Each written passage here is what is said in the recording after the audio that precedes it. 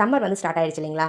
நிறைய பேர் வீட்டில் ஏசி இருக்காதுங்க. ஏசி இல்லாதவங்க ஃபேன் போட்டு வீட்டுக்குள்ளே படுத்து தூங்கினா கூட அனல் வந்து பார்த்தீங்கன்னா அவ்வளோ இருக்கும். ஸோ தூங்கவே முடியாது. ஸோ அந்த மாதிரி இருக்கும்போது சம்மரில் என்னடா பண்ணுறது, ரொம்ப வந்து ஃபேன் போட்டாலும் காற்று பத்தவே மாட்டேங்குது, சில்லுன்னு இருந்தால் நல்லா இருக்குமே தோணும். ஸோ அந்த மாதிரியா இருக்கிறவங்க இந்த மாதிரி நம்ம வீட்டில் ஃப்ரீசரில் இருக்கக்கூடிய அந்த ஐஸ் கியூப்ஸை வந்து சூப்பராக வந்து ரீயூஸ் பண்ணிக்கலாங்க. பாருங்கள், இந்த மாதிரி அந்த ஐஸ் கியூப்ஸ் எல்லாம் எடுத்து நீங்கள் ஒரு பவுலில் போட்டுக்கோங்க. நைட்டு தூங்க போகிறதுக்கு முன்னாடி இந்த மாதிரி ஒரு பெரிய பவுல் எடுத்துக்கோங்க. அந்த பவுலில் அந்த ஐஸ் கியூப்ஸ்லாம் கலெக்ட் பண்ணி போட்டுட்டு அந்த பவுலை நீங்கள் எந்த ரூமில் தூங்குறீங்களோ அந்த ரூமில் வச்சுட்டு ஃபேன் போட்டு விட்டுட்டீங்க அப்படின்னா உங்களுக்கு நம்ம ரூமில் இருக்கக்கூடிய அந்த ஹீட்டை வந்து இந்த ஐஸ் கட்டி வந்து பார்த்தீங்கன்னா குறைச்சிருங்க. ஸோ அதனால் ரூமில் இருக்கக்கூடிய ஹீட் வந்து பார்த்தீங்கன்னா கம்மியாயிடும். ஸோ காற்றும் வந்து உங்களுக்கு சில்லுன்னு கிடைக்கும். ஸோ இந்த மாதிரி ட்ரை பண்ணி பாருங்கள். சம்மர் டைமில் நம்ம வீட்டில் ஃப்ரீசர் இருக்கக்கூடிய வேஸ்ட்டாக இருக்கக்கூடிய அந்த ஐஸ் கியூப்ஸை கலெக்ட் பண்ணி இந்த மாதிரி டெய்லி நைட் வந்து தூங்க போகிறதுக்கு முன்னாடி எந்த ரூமில் தூங்குறீங்களோ அந்த ரூமில் நீங்கள் அந்த பவுலை வந்து கொண்டு போய் வச்சிட்டீங்க அப்படின்னா சூப்பராக வந்து ரூமுடைய டெம்பரேச்சரை கம்மி பண்ணிவிடுங்க. ட்ரை பண்ணி பாருங்கள் ஃப்ரெண்ட்ஸ். ரொம்பவே யூஸ்ஃபுல்லாக இருக்கும். ரொம்ப ஈஸியான டிப்ஸும் கூடங்க. உங்களுக்கு இந்த மாதிரி ஐஸ் கியூப்ஸ் வந்து எடுக்க முடியல ஃப்ரீசர்ல இருந்து அப்படின்னா நீங்கள் ஒரு அகலமான பாத்திரத்தில் தண்ணியை ஊற்றி நீங்கள் ஃப்ரீசருக்குள்ளே மார்னிங்கே வச்சிருங்க. நைட்டு தூங்கும்போது அந்த பாத்திரத்தை அப்படியே எடுத்து நீங்கள் ஒரு ரூமில் வச்சுக்கலாம்.